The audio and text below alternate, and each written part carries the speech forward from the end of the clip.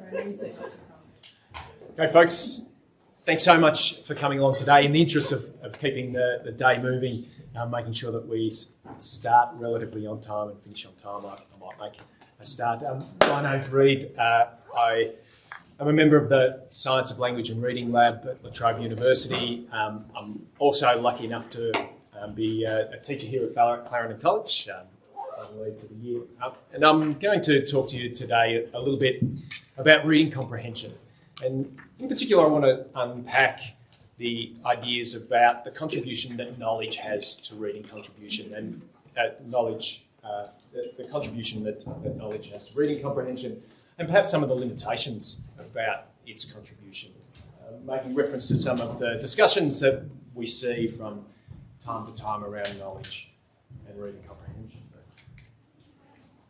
So the act of reading is an interaction between two parties. You've got our wonderful reader here on the left-hand side, and they're interacting with the text as it's written. And really that act of reading comprehension is the meaning-making that occurs between the reader and the text that they happen to be reading at a particular point in time. And this act of reading, the thing that the reader brings to reading, can be described according to Scarborough's reading rope. Some of you may be familiar with the elements of the reading rope. Essentially, it describes all of the many different factors that can be combined and are mixed in together to form a competent reader. And usually that's divided into two parts. The first is the language comprehension strand, which is in green. And it consists of things such as background knowledge and vocabulary, knowledge, verbal reasoning, knowledge about syntax, grammar, genre, aspects like that. And then you have a second strand, which is the word recognition strand, which involves the understanding of individual words, so decoding, sight recognition, etc. And these two portions that come together to make this reading rope come from the simple view of reading, which you may have seen from Turner and Hoover at times. So reading, or the reader, brings the skills that they have in each of these areas on the left-hand side to the act of reading. And the text brings something to the act of reading. So the text brings things like its genre. It brings its levels of cohesion and coherence, because not all texts are equally coherent and easy to read. It brings its register, so how formal the language is that's used in a particular text. Even its length is an artifact that influences the way that a reader interacts with the text. So really, what I want to tease out a little bit is the contribution that knowledge, a reader's knowledge, has to this multifaceted act of reading. And I want to talk a little bit about the limitations of knowledge and how it fits. Now, part of our discussion is going to be formed by a couple of works that you may have been reading or had exposure to. First is by E.D. Hirsch. So E.D. Hirsch wrote this book called Cultural Literacy, What Every American Needs to Know. And it's a really interesting book because E.D. Hirsch, what he did is he took copies of the New York Times and he started to list down all of the elements from the New York Times that you as a reader were assumed to have known. So what are the things that you would have to have sitting in your long-term memory to make sense of the articles in the New York Times? And basically what he did is he put it together into a big long list. These are the things that as Americans, the New York Times assumes that you know about the world that you live in. And it was a really long list, an eclectic list, as you can imagine. And at the time, it was a really controversial list because it contained elements that some people might consider as not having any value at all, and then some other elements that they thought should be on the list, but actually wasn't contained in this list that E.D. Hirsch put together. And Hirsch, over time, has gradually refined his thesis. His most recent book is Why Knowledge Matters. And essentially, he discusses this idea of us as a community and as a body of culture, we need to have some sort of shared knowledge, that we as humans come together in the presence of this shared knowledge and shared understanding about what it means to be human. And that's what enables us to feel part of a society, feel part of a group. So he really emphasises this importance of a shared knowledge base. And in his more recent works, he applies that to reading. So his thesis basically in reading is that once you have word recognition skills, the rest is just knowledge, that kids have trouble reading texts because they don't have enough knowledge. So there's this knowledge deficit. And that idea was picked up by Natalie Wexler, who wrote this fantastic book, The Knowledge Gap, where she describes the role of knowledge in reading comprehension.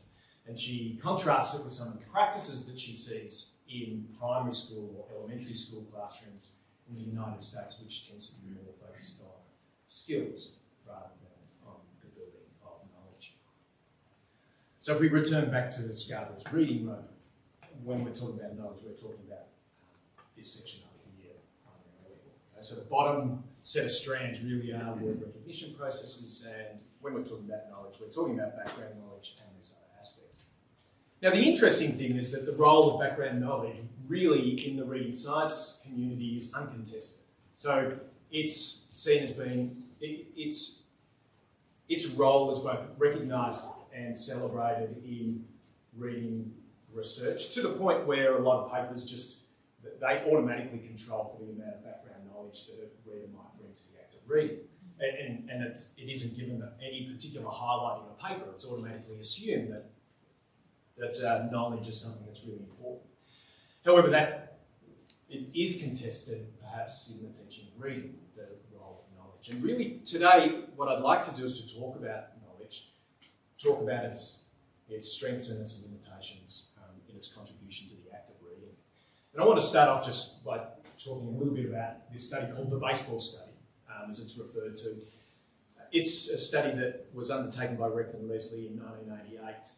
Reid was doing her PhD studies, and essentially they took an idea that had been built up by Chiesi and colleagues back in the late 70s, and they put together a study where they had a group of children. They divided them into two groups, so less skilled readers and skilled readers, and they tested them first of all for their knowledge of the domain of baseball, so how much they knew about baseball. So they were able to categorise readers as high or low skilled readers, and then they were able to categorise them according to what they knew about baseball. And they then asked the kids to read a passage that was specifically designed to test their knowledge of baseball and their reading comprehension. And then the students were asked afterwards to recall the elements of the text. So basically it was a recall assessment. And then they were asked to order events from that passage in terms of how important they were to the outcome of the game. They were the two assessments that the kids did. So a recall assessment, and then they did another assessment where they just had to rank the importance of particular events. And essentially what they found is that for kids who were less skilled readers, when they had a high level of knowledge about baseball, they were able to recall the information at a very similar level to high skilled readers who also knew a lot about baseball. So it seemed like this knowledge about baseball overcame the general reading challenges that those kids had. And that's been sort of generalised to a message a little bit like this when people refer to the baseball study.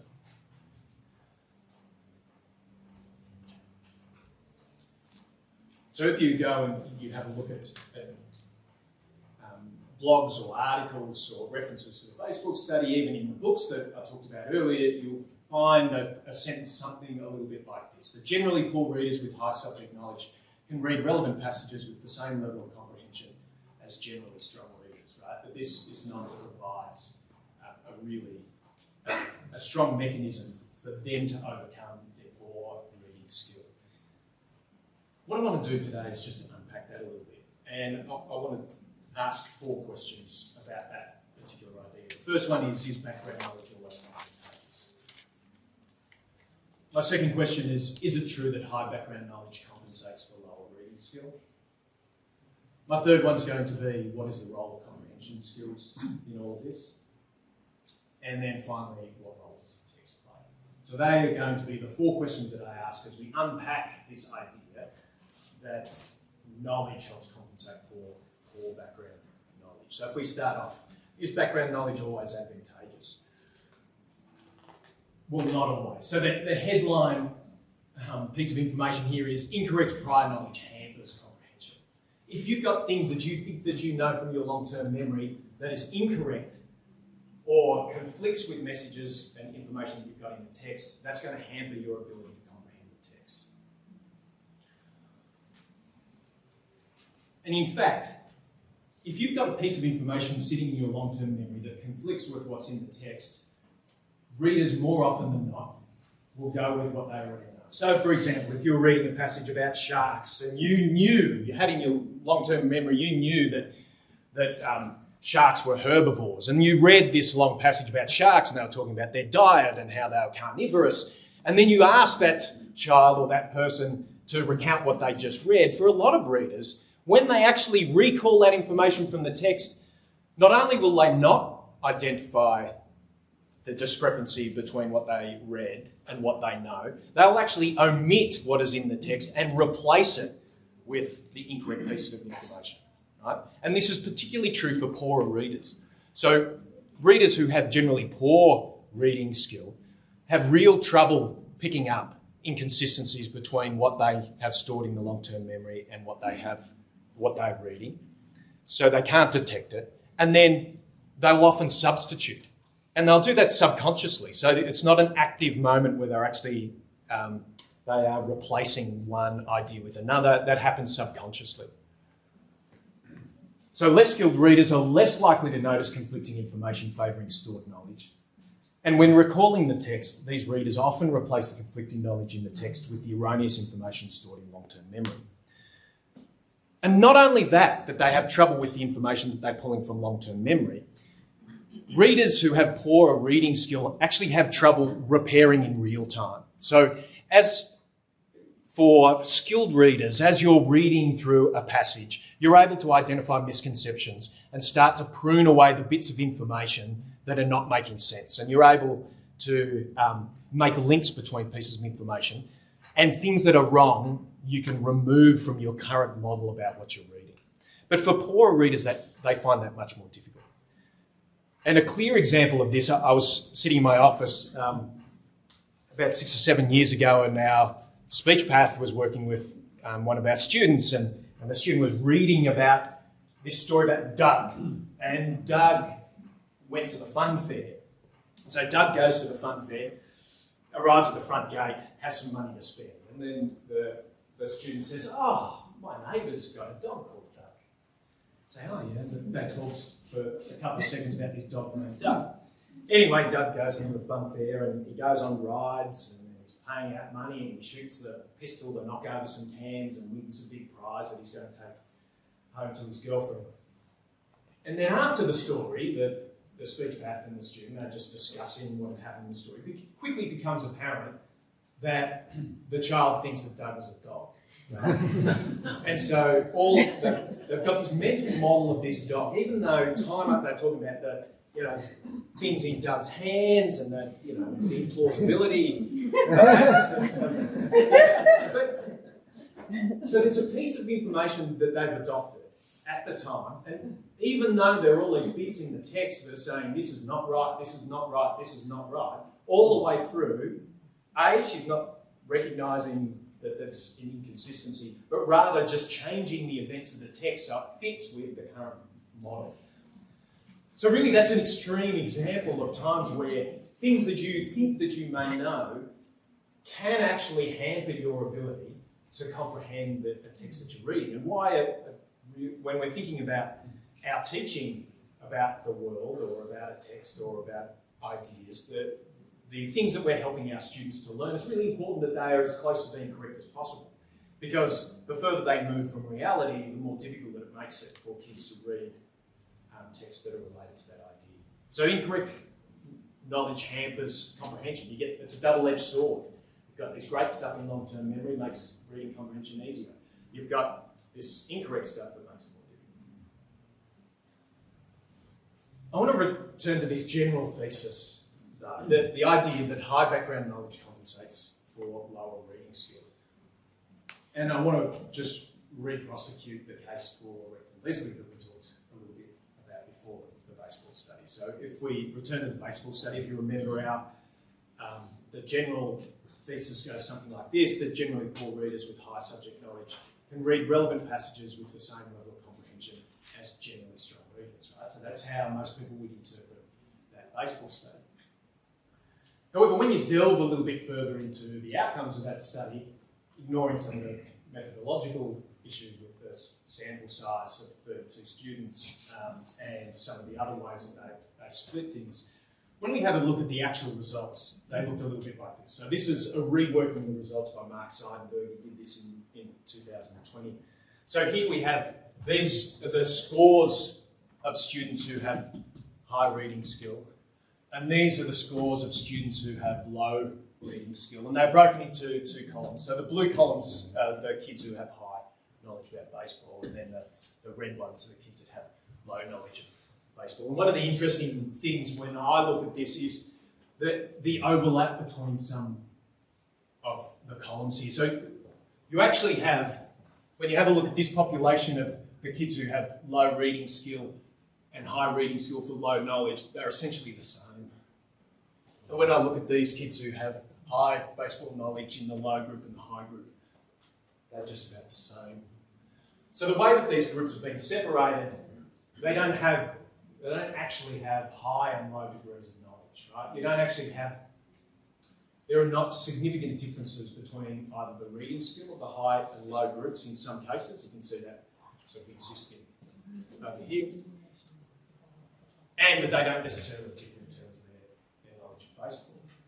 So when we take an idea like this, where it's definitely true that background knowledge does make a difference to reading comprehension skill, it doesn't completely compensate for it. And this is the message that, the first message from today really, is that the high levels of background knowledge can compensate to some degree for poor reading comprehension, but it's not the only solution. You can't rely on that as a strategy on its own, right? So the difference between a generally strong reader and a generally poor reader is not just the fact that they know more or they have a greater vocabulary. That's part of the puzzle, but it's not everything.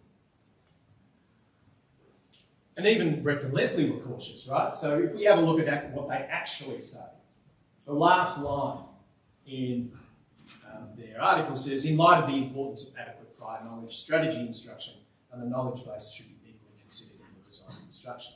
So even Reid and Leslie don't say, okay, once it's decoding, it's all about knowledge base. So they are cautious on this as well. And what brings this home a little bit is this fantastic study. I call it the alien study. My apologies for the quality of the images on the right-hand side here. That's actually the quality of the images that in the original article. This is by a study by Barnes and colleagues in 1988. Fascinating study. What they did is they took a group of children who, some of them were strong readers and some of them were poor readers, and they just chopped the middle section out. Right? So they took all of the, what you'd call the average readers, if you like, the middle 7% out of the distribution, and so kept the wider ends. They then taught those students the knowledge base about this planet Gan. And the knowledge base was simply 12 statements that revolved around things that happened on the planet Gan. So, for example, the bears on the planet Gan have blue fur. Or the turtles on the planet Gan wear ice skates. Okay? So they were really simple statements. Then, over the course of a couple of weeks, they taught that knowledge base to all of those students till they could get that knowledge, or they could recall that knowledge base perfectly every time. So every one of those students, the poor readers and the stronger readers, they knew every item from that knowledge base and they could recall it. And this is a forced choice. They'd say, oh, which one represents a turtle from the planet Gan? And the kids would have to identify it's the one with the ice skates on its feet. So that meant that they controlled for knowledge. For this important knowledge base, which was about the planet Gan, every child had that knowledge base and it was stored in long-term memory and they could access it. Then what they did is they presented those children with a series of passages, the adventures of people from planet Gan. I'm sure the title was better than that, but it was something along those lines, right? Things were happening for the people on the planet Gan. And what they had to do is the children had to read the passage and then they'd be verbally asked a question that would require them to make some inferences. They had to make one inference that didn't require this knowledge base from the planet Gan, and they'd have to make one inference which required some knowledge about the planet Gan. So, for example, it might be I've got Doug on the mind. It's Doug and Amy are going for a walk on the planet there, and Amy's wearing her bearskin cloak. And then the person asks, oh, what colour is the cloak that Amy was wearing? Which required them to connect the fact that bears again had to refer to this particular idea. Or it might be something like Doug and Amy found themselves on a frozen lake. And Doug said to Amy, gee, I wish I was a turtle. And why did Doug wish that he was a turtle? Right? And when they asked these questions, those students, they found that there's a clear difference between poor readers or less skilled readers and stronger readers in terms of their ability to use that knowledge base to read connected text. So even when some students have the knowledge, they're either unable to identify that that piece of knowledge is something that's important to the passage that they happen to be reading, or they're able to recall that piece of knowledge but they integrate it incorrectly. They're using it in a way that doesn't actually help them ask the questions. So I guess I bring that idea of the alien study up just to say that there are some children who are not able to make inferences to comprehend text even when they have the requisite background knowledge. So it's not just a knowledge deficit. They have an inability to be able to recognise information that they believe would help them solve or answer a particular question.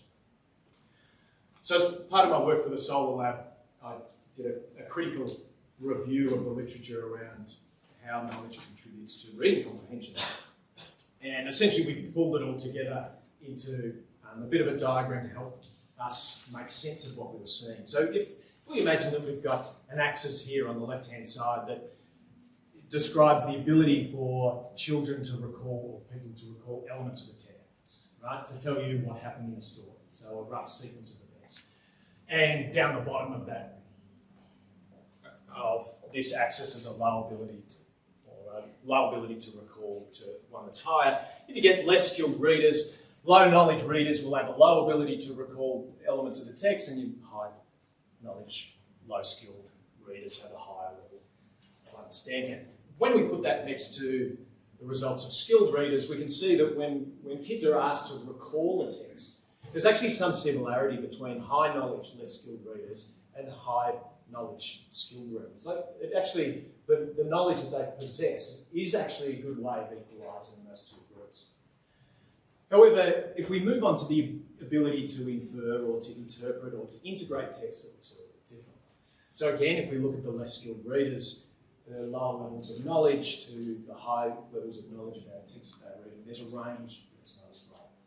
But really the interesting thing is when we compare it to skilled readers.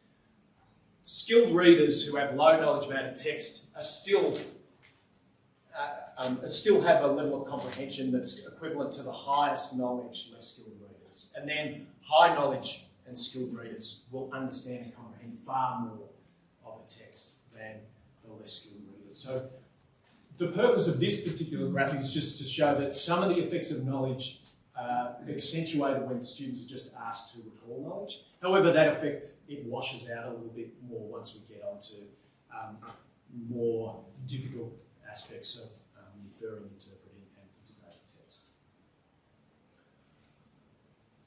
So usually what happens now is people say, oh, it's all about comprehension skills, right? Like that must be the solution. That's the thing that bridges the gap. And one of the interesting things about the things that we might call comprehension skills is that they're actually the outcomes of comprehension rather than the strategic inputs.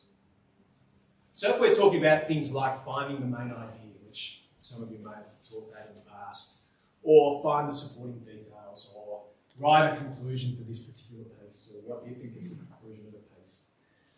Those things are not inputs to help you comprehend something. They're actually outputs of comprehension. So if you generally comprehend a piece, then you will be able to find the main idea. You'll be able to come up and identify the conclusion or pieces of supporting evidence, all of those things. And what's really interesting is this graph that came out of the United States for one of their tertiary entrance exams.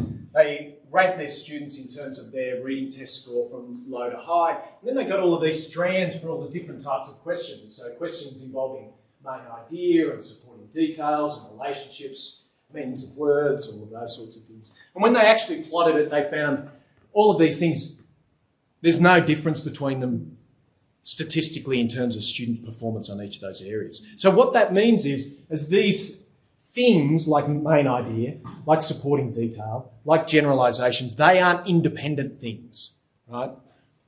They are outcomes of the same skill, which is reading comprehension.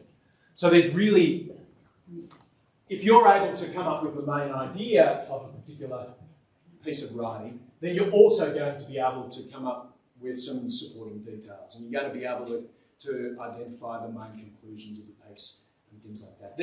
These things that we think of as different outcomes or as different inputs into the comprehension process, they're actually measuring the same construct, which is whether a student can or a person can comprehend the piece. So it's interesting because it means that some of the things that we might have taught our students when we think about, okay, we've got to help them comprehend. Let's put together some skills. Let's teach them to find the main idea. It's not really a thing. Recognising supporting details, it's not a thing. Neither is drawing conclusions, comparing and contrasting. Right? They are outcomes of comprehension, they're not actual inputs. So, some well-publicised programs, Fontes and Pennell, Lucy Calkins, other elements like that are heavily reliant, Reid's Workshop. There's a number of them that rely on this idea that finding the main idea is a generalisable skill that you teach students that they actually use to help them comprehend. But it's not. It's actually an outcome of the comprehension. But we don't want to get that mixed up with comprehension strategies. So strategies are deliberate, goal-oriented attempts to control and modify the reader's efforts to decode text, to understand words, and to construct meanings of text. So one way you can think about it is skills are the outcomes of comprehension, things that you do as a result of reading the text. Strategies are things that you as a student actively do, or as a reader, you actively do to make meaning from the text. So the sorts of things I'm talking about are things like summarising, so summarising the text, predicting. I was tempted to put an asterisk there, it's a little bit on the dodgy end of the scale. I'm not exactly sure what all the elements on the Likert scale that has dodgy on it are. That end. Questioning the author through McEwen and some of her work, clarifying some information, identifying text structures. They are all strategies that have some utility. But again, don't focus on the instruction for too long. So 5 to 20 hours, Amy Ellen says, as part of her research. And many of those strategies, really, your practice or your teaching time is far less than that. It's about 6 or 7 hours worth of instruction, and then it's practice.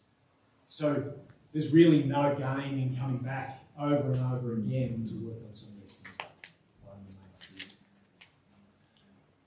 And then lastly, what role does the text play? So remembering this idea of reading comprehension being this interaction between the reader who brings these skills to the act of reading, you have the text which brings each of these elements that make a text more or less easily read. How does the text play in here? And I think my key message would be the use of complex texts. So removing that idea of leveled readers, any of those sorts of elements, and rather replacing them with texts that have complexity.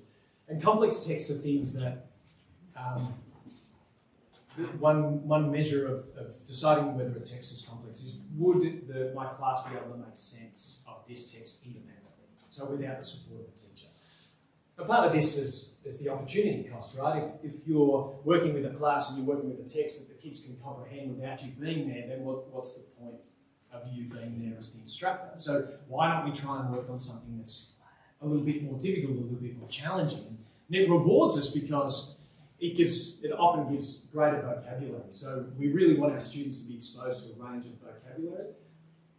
It enables opportunities for genuine use of comprehension strategies. So there's nothing worse than you learn some comprehension strategies. You give the kids a piece of writing that they already understand without it, and then they go, well, why am I doing this? Like, what's the point of summarising something for comprehension when I already know what it says? Yeah, I get that. It's probably not the worst thing that's doing that, but it's still pretty bad. And I like things like, the other day, I was reading Anne of Green Gables with my daughter, the first sentence is a cracker. I'm going to put that up on the board, and I'll give you a chance to have a look. This is one sentence from Anne of Green Gables. The first sentence of the book.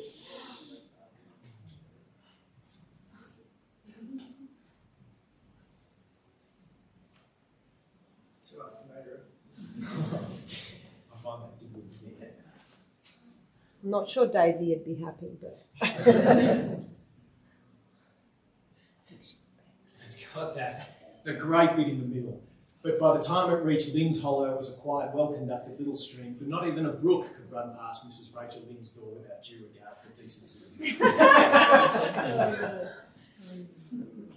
And then you think, that's in your elementary readers from 50 years ago, and that's your opening line, a cracking line. But it's a complex line.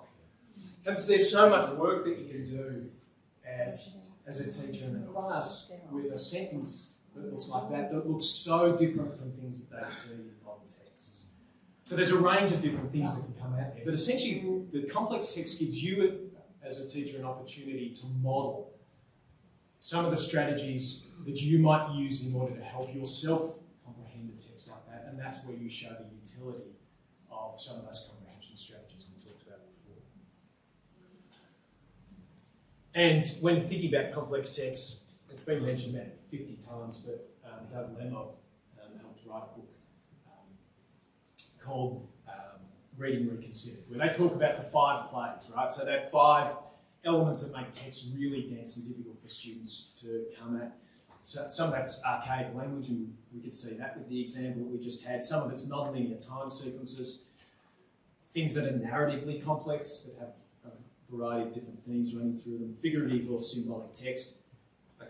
I've got to admit, but my wife's a literature teacher, and I was reflecting to her that isn't all of this literature stuff just rubbish? Like, doesn't an author just write a really cracking story and then when there's a teaching fraternity, just go and put deeper meaning back on the text? So I just couldn't understand why in Year 12 I'd be spending my time reading the text and then they'd say, oh, actually, this has all this symbolism that exists within the text. And she assures me that no authors do set out to do that intentionally. So, an introduction to that before you have to get married at the age of mid-20s would be helpful. And some texts are just resistant, and they're made to be resistant. Like Ulysses, like it's just a killer. Like sometimes the authors go out of their way to write a text that is really hard to read. Or I was reading William Davis, like the premonition. First of all, it's like this thick. It insulates a house now, but it's really tough, a really tough read. So resistant text as well is something that's worth us looking at. So the text itself has a strong place for us in building the knowledge of our students in different ways. So key messages. Poor reading skill is not just a function of knowledge deficits, even for skilled developers, right? So it's not just all about building back your knowledge and vocab, because there are other things that we need to do adjacent to that. However, a knowledge-rich curriculum paired with robust, explicit vocabulary instruction is a good bet for improving students' reading comprehension. I don't want this to be a session where you go away and say, oh, all that knowledge stuff is rubbish and don't take knowledge-rich curriculum. I'm a huge advocate for that. Your caveats just are things like, you can't teach everything. Like, it's impossible for students to leave school and they know everything about the world and they'll never have a text that they ever have to struggle with. It's just not going to happen. And the other one is they're not always going to have an adult who can help them through the journey of making sense of the text that they have. So they need some sort of skills and strategies, from some of the ones we've talked about today through to things like, when I started some of this study, I picked up this book called Theories of Reading and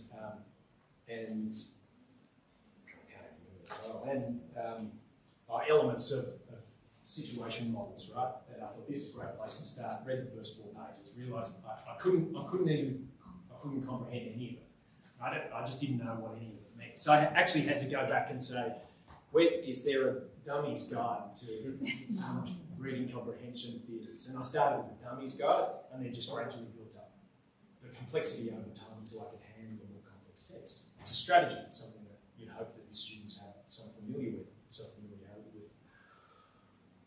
Ditch the comprehension skills, so ditch finding the main idea, elements like that, but spend a little bit of time on strategies, but not too much. Goldilocks principle that we've heard come up in about 15 different places today. It's a simple comprehension strategies. And then use complex text for exposure to complex vocabulary and the loss file plays. Folks, I've hit it almost on time. Thank you very much for today. Hopefully it's been useful for you. Please don't hesitate to ask questions and have a chat later.